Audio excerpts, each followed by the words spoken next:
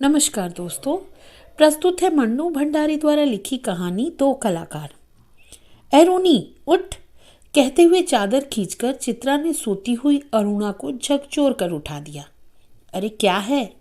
आंखें मलते हुए तनिक खिजलाहट भरे स्वर में अरुणा ने पूछा। चित्रा उसका हाथ पकड़कर खींचती हुई ले गई और अपने नए बनाए हुए चित्र के सामने ले जाकर खड़ा करके बोली, देख मेरा चित्र पूरा हो गया। ओह, तो इसे दिखाने के लिए तूने मेरी नींद खराब कर दी। अरे जरा इस चित्र को तो देख, न पा गई पहला इनाम तो नाम बदल देना। चित्र को चारों ओर घुमाते हुए अरुणा बोली, किधर से देखूं, यह तो बता दे। 1000 बार तुझसे कहा है कि जिसका चित्र बनाए उसका नाम लिख दिया कर, जिससे गलतफहमी न हुआ करे, वरना तू बनाए हाथी और हम समझे उल्लू। तस्वीर पर आंखें गड़ाते हुए बोली, किसी तरह नहीं समझ पा रही हूं कि 84 लाख योनियों में से आखिर यह किस जीव की तस्वीर है। तो आपको यह कोई जीव नजर आ रहा है? जरा अच्छी तरह देख और समझने की कोशिश कर। अरे यह क्या, इसमें तो सड़क, आदमी, ट्राम, बस, मोटर, मकान सब एक दूसरे पर चढ़ रहे हैं, मानो सबकी खिचड़ी पका कर रखती हो। क्या घच चक्कर बनाया है। यह कहकर अरुणा ने चित्र रख दिया। जरा सोचकर बता कि यह किसका प्रतीक है। तेरी बेवकूफ़ी का, आई है बड़ी प्रतीक वाली। अरे जनाब, यह चित्र आज की दुनिया में कन्फ्यूज़न का प्रतीक है, समझी। मुझे तो तेरे दिमाग के कन्फ्यूज़न का प्रतीक नजर आ रहा है। बिना मतलब जिंदगी खराब कर रही है। और अरुणा मुंह धोने के लिए बाहर चली गई।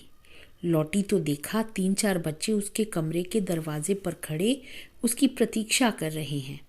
आते ही बोली, आ गए बच्चों, चलो मैं अभी आई।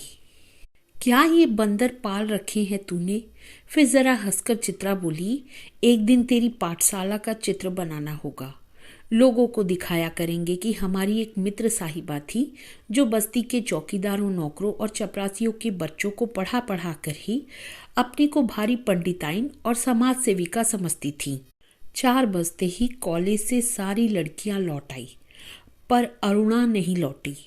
चित्रा चाय के लिए उसकी प्रतीक्षा कर रही थी। पता नहीं कहाँ कहाँ भटक जाती है, बस इसके पीछे बैठे रहो। अरे क्यों बड़बड़ कर रही है? ले मैं आ गई, चल बना चाय, मिलकर ही पियेंगी। तेरे मनोज की चिट्ठी आई है। अरुणा लिफाफा फाड़कर पत्र पढ़ने लगी। जब उसका पत्र समाप्त हो गया तो चाय पीते पीते चित्रा बोली, आज पिताजी का भी पत्र आया है। लिखा है जैसे ही यहाँ कोर्स समाप्त हो जाए मैं विदेश जा सकती हूँ। मैं तो जानती थी पिताजी कभी मना नहीं करेंगे। हाँ भाई, धनी पिता की इकलौती बिटिया ठहरी, तेरी इच्छा कभी टाली जा सकती है? पर सच कहती हूँ, मुझे तो सारी कला इतनी निरर्थक लगती है, इतनी बेमतलब लगती है कि बता नहीं सकती। किस काम की ऐसी कला जो आदमी को आदमी न रहने दे। अरुणा आवेश में बोली, तो तू मुझे आदमी नहीं समझती क्यों?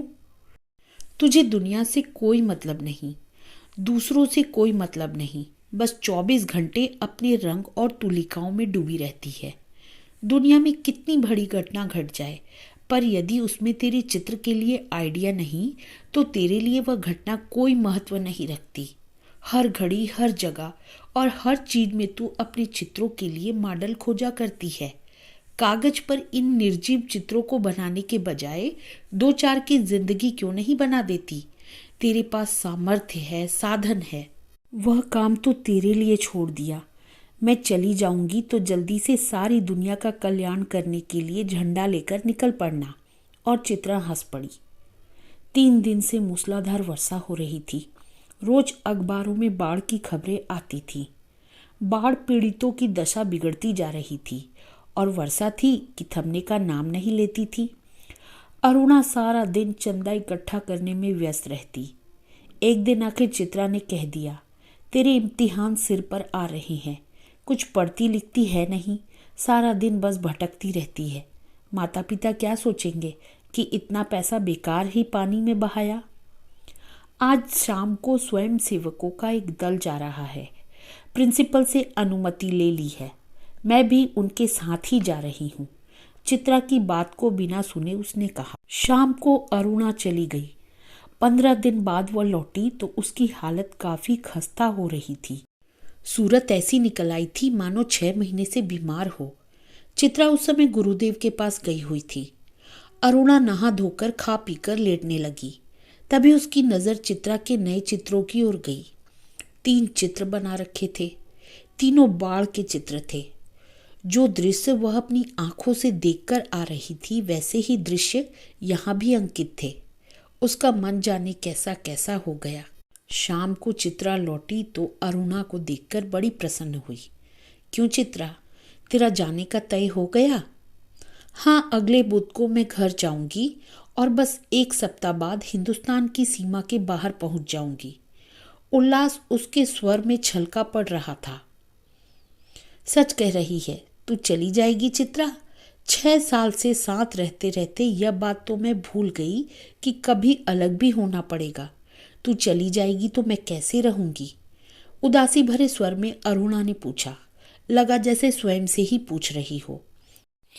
कितना स्नेह था दोनों में। सारा हॉस्टल उनकी मित्रता को ईर्ष्या की दृष्टि से देखता था। आज चित्रा को जाना था। अरुणा सवेरे से ही उसका सारा सामान ठीक कर रही थी। एक एक करके चित्रा सबसे मिलके आ गई। बस गुरुजी से ही मिलना रह गया था, सो उनका आशीर्वाद लेने चल पड़ी। 3 बज गए थे पर वह लौटी नहीं। 5 बजे की गाड़ी से वह जाने वाली थी। अरुणा ने सोचा वह खुद जाकर दिखाए कि आखिर बात क्या हो गई। तभी बड़बड़ाती सी चित्रा ने प्रवेश किया। बड़ी देर हो गई ना?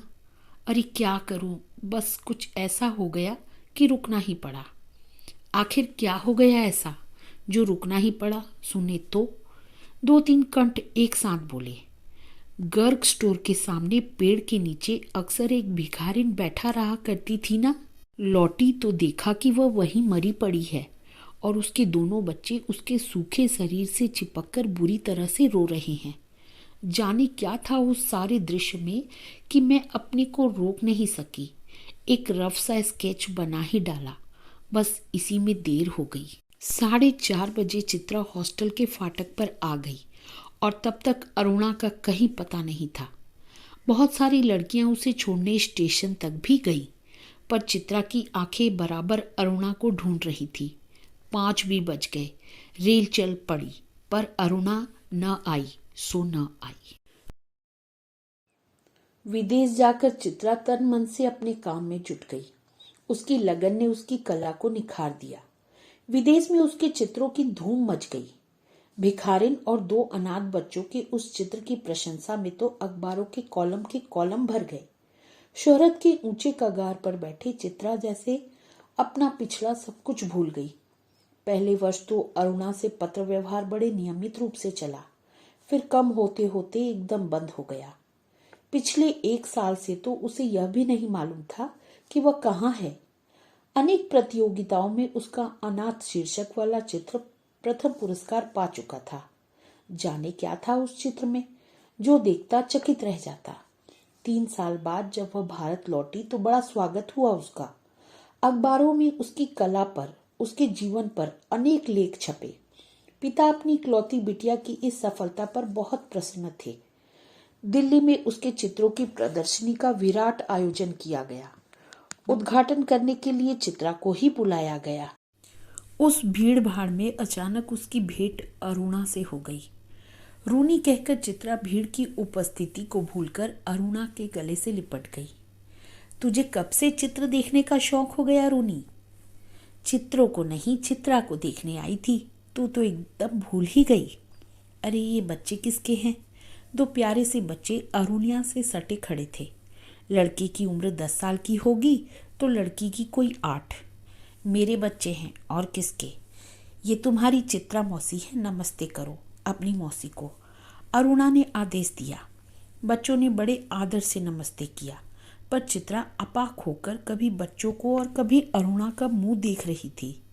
तभी अरुणा ने टोका, कैसी मौसी है, प्यार तो कर। और चित्रा ने दोनों के सिर पर हाथ फेरा प्यार का। अरुणा ने कहा, तुम्हारी ये मौसी बहुत अच्छी तस्वीरें बनाती हैं। ये सारी तस्वीरें इन्हीं की बनाई हुई हैं। आप हमें सब तस्वीरें दिखाएंगी मौसी, बच्चे ने फरमाइश की। चित्रा उन्हें तस्वीरें दिखाने लगी। घूमते घूमते वे उसी भिखारिन वाली तस्वीर के सामने पहुंचे। चित्रा ने कहा, यही वह तस्वीर है रूनी, जिसने मुझे इतनी प्रसिद्धि दी। ये बच्चे रो क्यों रहे हैं मौसी? तस्वीर को ध्यान से देखकर बालिका ने पूछा। इनकी माँ मर गई है। देखती नहीं मरी पड़ी है, इतना भी नहीं समझती? बालक ने मौका पाते ही अपने बड़प्पन और ज्ञान की छाप लगाई। ये सचमुच के बच्चे थे मौसी? बालिका का स्वर करुण से करुणतर होता जा रहा था। और सचमुच के बच्चों को देखकर ही तो बनाई थी यह तस्वीर। मौसी, हमें ऐसी तस्वीर नहीं, अच्छी अच्छी तस्वीरें दिखाओ, राजा रानी की, परियों की। उस तस्वीर को और अधिक देर तक देखना बच्चों के लिए असहाय हो उठा। तभी अरुणा के पति आ पहुंचे। साधारण बातचीत के बाद अरुणा ने दोनों बच्चों को उनके हवाले करते हुए कहा, आप जरा बच्चों को प्रदर्शनी दिखाइए, मैं चित्रा को लेकर घर चलती हूँ। बच्चे इच्छा न रहते हुए भी पिता के साथ विदा हुए। चित्रा को दोनों बच्चे बड़े ही प्यारे लगे। वह उन्हें देखती रही। जैसे ही वे आंखों से ओझल हुए, उसने पूछा, सच सच बता रूनी, ये प्यारे प्यारे बच्चे किसके हैं? कहा तो मेरे, अरुणा ने हंसते हुए कहा। अरे बताना, मुझे ही बेवकूफ़ बनाने चली है? एक क्षण रुककर अरुणा ने कहा, बता दूं? और फिर उस भिखारिन वाले चित्र के दोनों बच्चों पर उंगली रखकर बोली, ये ही वे दोनों बच्चे हैं। क्या? चित्रा की आंखें विस्मय से फैली रह गई। क्या सोच रही है चित्रा? कुछ नहीं, मैं सोच रही थी कि, पर शब्द शायद उसके विचारों में खो गए।